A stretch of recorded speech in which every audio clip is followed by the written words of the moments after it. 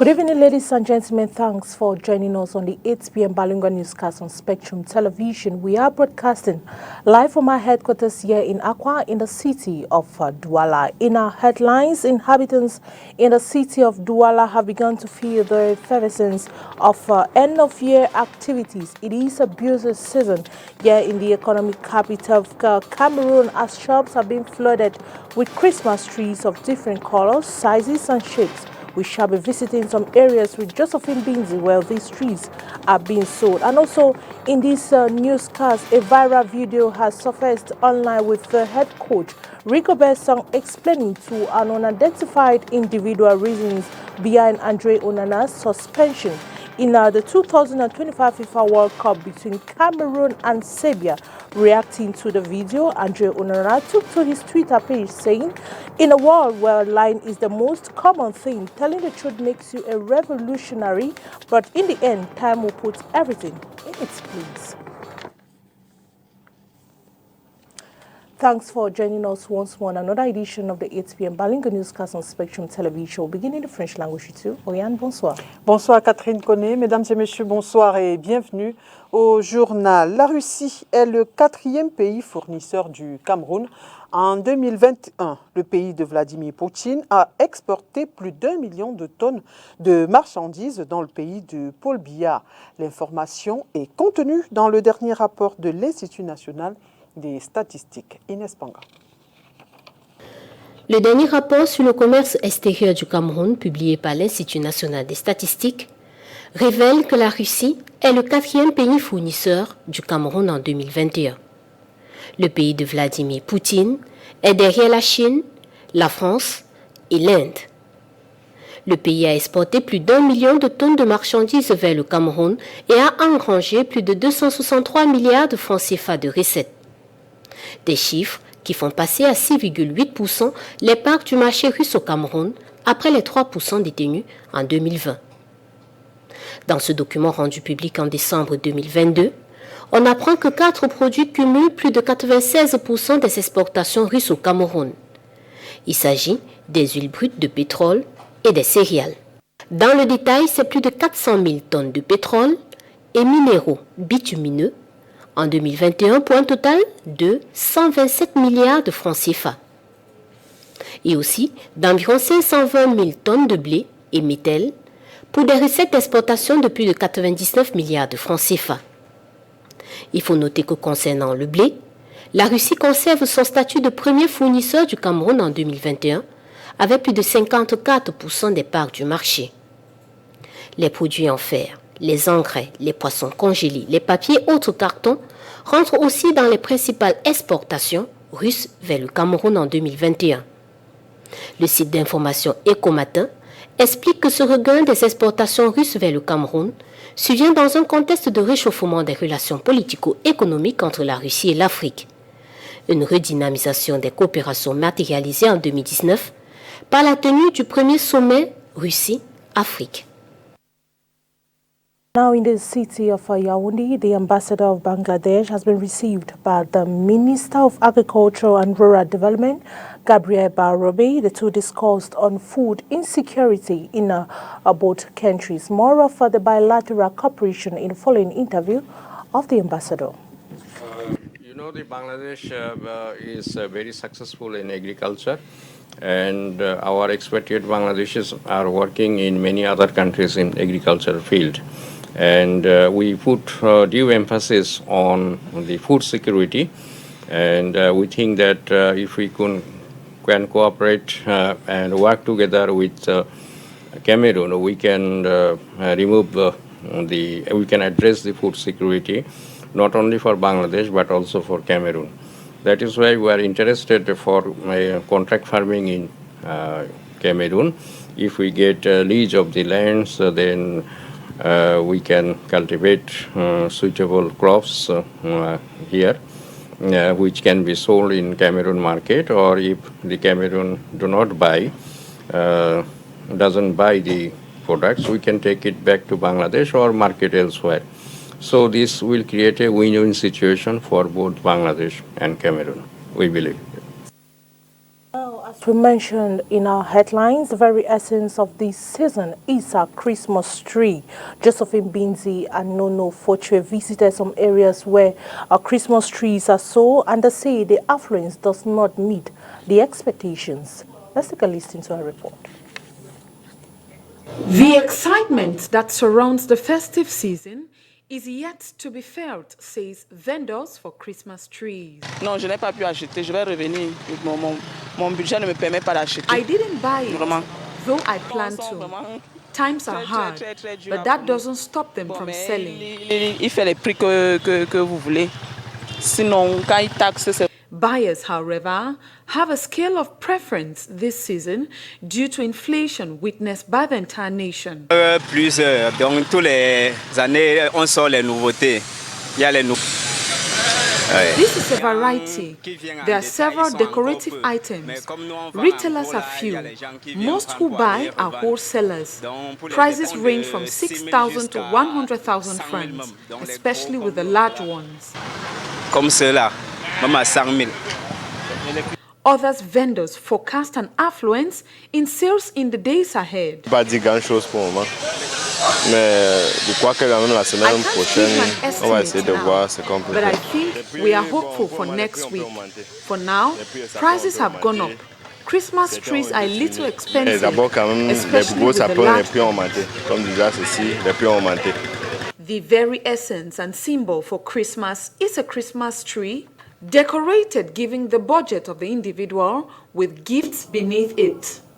It is that time of the year where it is almost sought for at every corner, and many will go out of their way just to have it. Et vous, les fêtes de fin d'année, la question a été posée à quelques habitants de la ville de Douala, à quelques jours de la célébration de la fête de Noël et de la Saint-Sylvestre. Ils avouent ne pas avoir encore de budget pour ces festivités. Ils s'expriment au micro de Nono Fouti. On les prépare comme toutes les autres années passées. C'est vrai que ça devient de plus en plus difficile. Parce que nous, déjà, les salariés, nous ne nous en sortons pas. Imaginons ceux qui ne sortent pas. Donc, vraiment, la vie, le coût, la vie est très chère et tout est cher au marché. C'est pas du tout facile. Moi, personnellement, j'attends le 13e mois, juste salarié. Si mon patron me donne le 13e mois, tant mieux. La fête sera belle. De toutes les façons, ils vont nous donner. Mais de toutes les façons, on va faire avec ce qu'ils vont nous donner. J'ai l'argent. Je n'ai pas l'argent pour les fêtes, tu foiré. Il n'y a pas l'argent pour les fêtes. Le papa est là, on va se débrouiller un peu. Je ne peux rien vous dire maintenant parce que ce n'est pas encore arrivé. Nous sommes encore... Peut-être aujourd'hui c'est le 8, si j'ai bonne mémoire. Alors, les fêtes sont pour ceux qui le font. Parce que je te dis que je ne suis pas ni pour les fêtes là, ni les fêtes de 24, ni de 25, ni même pour les fêtes de fin d'année. Ma position de chrétien, parce que je suis un chrétien convaincu. Donc je ne fais pas, je ne participe à l'une de ces deux fêtes. Un peu difficile, là il est très difficile actuellement. Je ne veux pas dire que me parler les fêtes, mais parce que je n'ai pas encore ce que les enfants vont manger.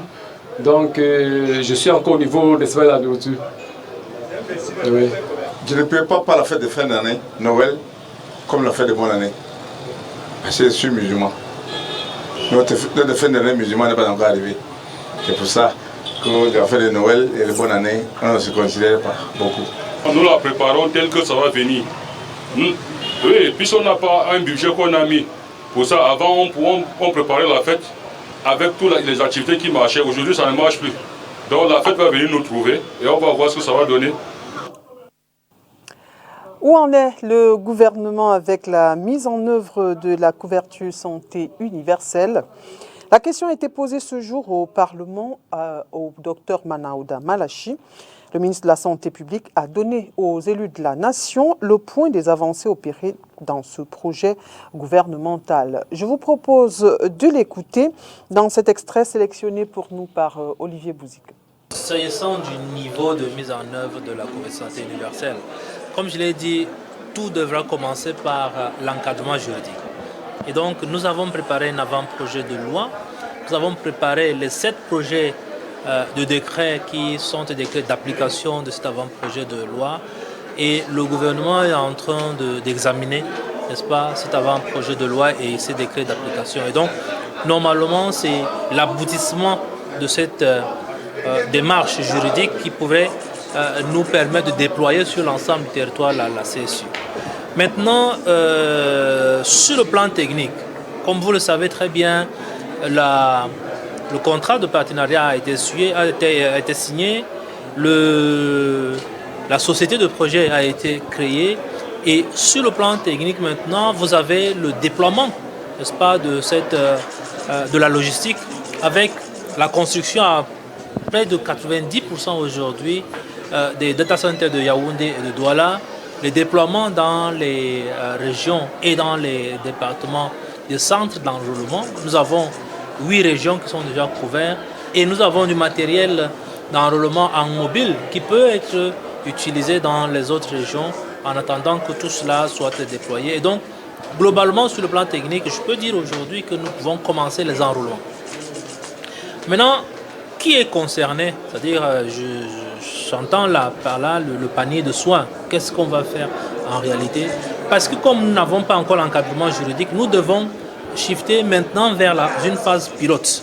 Et une phase pilote qui ne concerne pas l'ensemble de ce que nous pouvons déployer dans le cadre de la CSU. Et donc dans cette phase pilote que nous avons structurée autour déjà de tout ce qui est pris en charge, n'est-ce pas, en termes de subventions, que ce soit par l'État, que ce soit par les partenaires, nous avons au cœur de ce panier de soins et au cœur de cette phase pilote.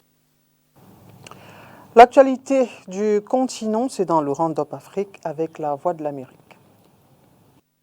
Le gouvernement de transition du Burkina Faso, qui entend diversifier ses partenaires, a décidé d'accorder le permis d'exploitation d'une nouvelle mine d'or à la société russe Nordgold pour une durée de 4 ans, selon un communiqué. En République démocratique du Congo, au moins 131 civils ont été tués par les rebelles du M23 les 29 et 30 novembre dans l'est du pays, selon une enquête préliminaire de l'ONU. Le bilan concerne la localité de Kishiché et le village voisin de Bambo. En Éthiopie, les autorités tigréennes ont confirmé mercredi que Mekele, capitale de la région du Tigré, a été reconnectée au réseau électrique national après plus d'1 an de coupure en raison de la guerre dans cette région du nord de l'Éthiopie. Au Nigeria, les forces armées sont accusées de mener depuis près de 10 ans un programme d'avortement de masse sur des femmes et jeunes filles, parfois âgées de 12 ans, rescapées des groupes djihadistes dans le nord-est du pays, selon une enquête de l'agence de presse de Reuters publiée hier. L'armée nie l'existence d'un tel programme.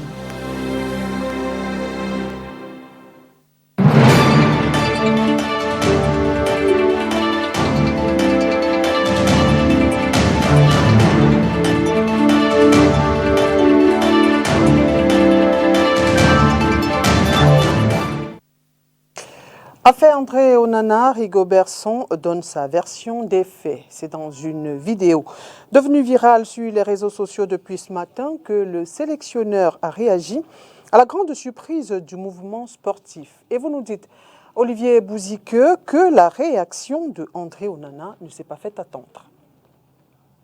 C'est un rebondissement du moins inattendu dans l'affaire André Onana. Dans une vidéo amateur qui fait le tour de la toile ce jeudi matin, le sélectionneur des Lions Indomptables raconte à ses proches le scénario du départ prématuré d'André Onana du Qatar. Un faux problème. À l'entraînement, il fait son one-man show là, il joue avec les petits, mais il me met. Mais je l'appelle, je lui dis, mais mon petit, non, ça c'est les risques. Joue-moi le ballon sur le côté. C'est plus simple sur le côté, on peut le perdre et même jeter. C'est plus simple sur le côté, on peut le perdre et même jeter là-bas, on le fait. Il est facile. Lui, il ne faut pas lui parler. Voilà tout le problème. Il ne faut pas lui parler. Mais j'étais à Ouaka, ben ça, je lui parle. Les Choupo-Montine, je lui parle. Les Amoris, ça, je lui parle. Les grosses têtes. Toi, tu es je ne peux pas te parler. Quand j'ai stoppé l'entraînement, j'ai dit, on va dans le j'arrête, tu as gâté mon entraînement. Quand on oublié, le président il était il voyait tout. Je suis rentré. Non, à l'hôtel, il allait voir son patron, le président. C'est son fils. Je sais. Il s'en va voir, il croit que comme le président parle avec lui tous les jours, il a trop. On ne connaît pas l'homme. Oh! On ne connaît pas l'homme. président l'a envoyé, il a les bonnes coach. Rigobert Song confirme ainsi l'hypothèse d'acte d'indiscipline du portier camerounais à son égard, une version très vite démentie par le gardien dans un tweet ce matin. Dans un monde où le mensonge est la chose la plus courante, dire la vérité fait de vous un révolutionnaire, mais à la fin, le temps remet tout à sa place. Sans donner sa version des faits, André Onana s'en remet ainsi au destin et espère que justice sera faite. Une affaire qui présage un climat assez tendu dans la tanière à quelques mois de la Coupe d'Afrique en Côte d'Ivoire. Et le manager sélectionneur des Lions Indomptables condamne la diffusion de cette vidéo et se réserve le droit de poursuivre par voie légale l'auteur de cet acte qu'il qualifie d'odieux. Rigobert Song-Bahanac, dans une mise au point, révèle que cette conversation censée être privée entre son frère aîné et lui à son domicile a été filmée à son insu par une tierce personne. La mise en scène de cette vidéo et sa communication à la masse avaient pour desseins finaux la violation de son intimité et l'atteinte de son honorabilité en tant que manager sélectionneur des Lions Indomptables. Toutefois, Rigobert Song réitère son attachement indéfectible au label Lions Indomptables et au respect des valeurs et des principes qui en sont les leviers.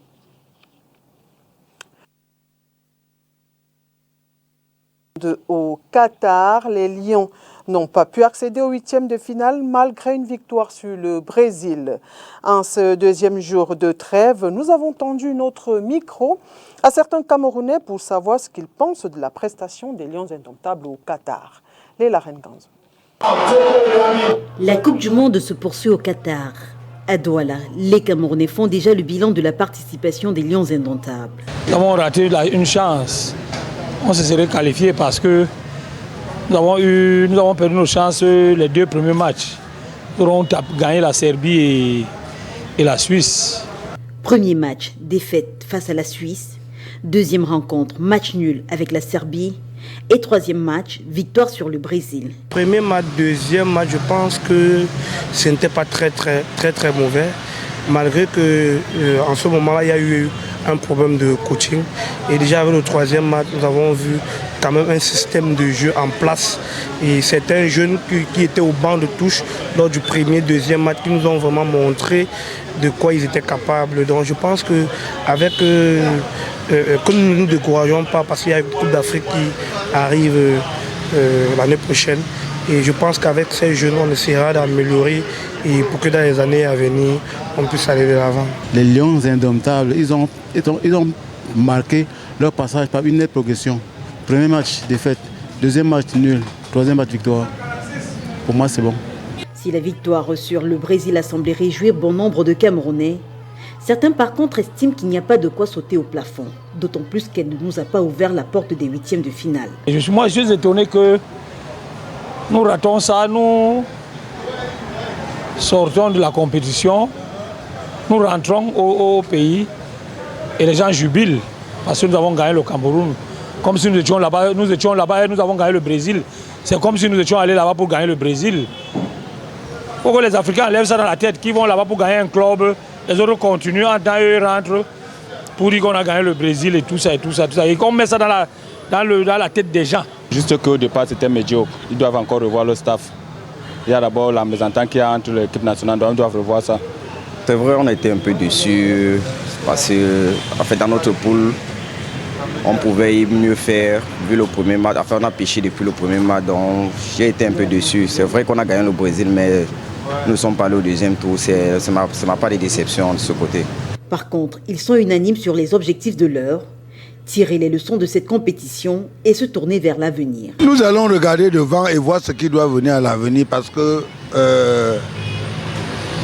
l'équipe, on vient de la confier à un jeune entraîneur et il vient de prendre les rênes. Ce n'est pas parce que nous on est rentré avec 4 points qu'on va nous décourager et puis abandonner l'équipe. On va plutôt aller regarder à l'avenir et puis laisser cet entraîneur pour qu'il puisse former ces gars. Pour qu'à l'avenir, on puisse avoir les résultats. Parce que le résultat du travail que le président de la FECAFOOT et puis son entraîneur est en train de faire, ce n'est pas pour aujourd'hui. C'est pour 1 an ou 2 ans qu'on va commencer à trouver de bons résultats. Je souhaite même que, comme on est rentré, il ne faut pas que le gouvernement camerounais se fâche ou peut-être cherche à changer d'entraîneur. Il faut qu'on laisse Rigobert avec ses enfants. Il va bien éduquer ses enfants et l'avenir nous dira. Quand ces gars-là, quand la mayonnaise va prendre, l'avenir nous dira. Un avenir qui se dessine déjà à travers la prochaine Coupe d'Afrique des Nations. Je pense que la prochaine CAN sera très discutée. Pourquoi? Parce que nous sommes à moins d'un an et tous les entraîneurs ont eu à essayer leur poulain par rapport à la Coupe du Monde, surtout ceux qui étaient effectivement à la Coupe du Monde. Mais je pense que là, ils auront trouvé l'équipe clé pour pouvoir les présenter à la CAN. Donc vraiment la CAN va se jouer surtout pour ceux qui sont présentés à la Coupe du Monde. La 34e édition de la Coupe d'Afrique des Nations est prévue en janvier 2024 en Côte d'Ivoire.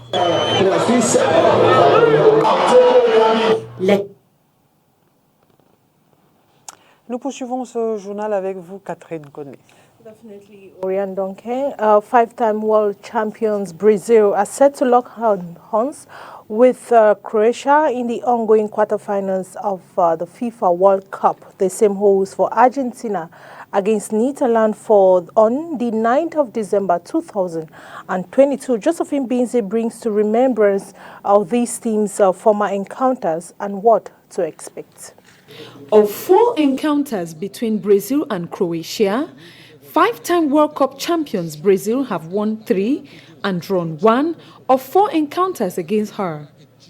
August 17, 2005, in a friendly match, Ricardinho's equalizer put Brazil on a 1-1 tie with Croatia. In June 2006, Brazil beat her by 1-0, as well as the 2014 World Cup where Neymar's squad beat Croatia by 3-1, likewise in the 2018 friendly where Brazil still imposed a 2-0 finish. The Selassie Carnago attack line has proven worthy as no Croatian has hardly found a common ground to solve Brazil's defense tactic. 2018 silver medalists are set to face Louis van Gaal's Netherlands, who stand unbeaten in this year's World Cup tournament. Both teams have 5 meetings in the biggest international stage since 1974. The most famous of all meetings dates 1978, where Argentina thrashed the Netherlands by 3-1 to clinch the World Cup title. Both teams have met in 1978 twice, with Netherlands edging Brazil by 4-1 and 4-0 respectively. Then 1978 and 79, with Argentina winning the first and drawing the latter. Netherlands of 9 encounters has won 4, drawn 3 and lost 2. The 9th of December quarterfinals is decisive as only a win guarantees a ticket to the semi-finals. Of 4 encounters between Brazil and Croatia, 5-time World Cup champions Brazil have. And that brings us to the end of the 8 p.m. Balinga newscast on Spectrum Television. Ladies and gentlemen, thanks for watching the news and see you tomorrow. Oriane Duncan. Bonne soirée Catherine Koné. Mesdames et messieurs, merci d'avoir été des nôtres et bonne suite des programmes sur Spectrum Télévision.